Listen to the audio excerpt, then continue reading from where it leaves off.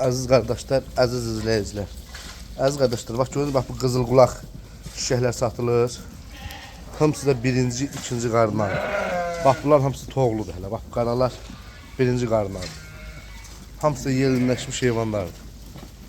Kimler almaq istəsə zəng eləyib buyurub gəlib ala bilər. Əysəriyyə ki yetikdiyi birinci qarnadır. Görürsən, hamısı belə birinci qarnar yetişmiş toğlulardır. Böyle baxanda görürsün, hamısı birinci qarnadır bak bunlar. Bir gündən mart ayının 26'sı əziz arkadaşlar.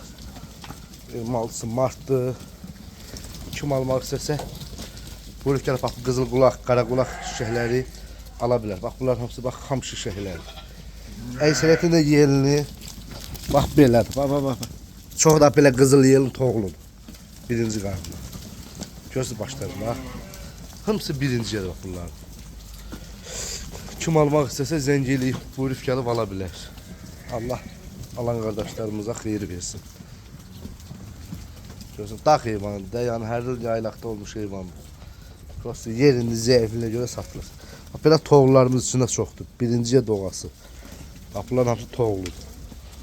Görürsünüz toğulları görürsünüz. Hamısı birinci balandır.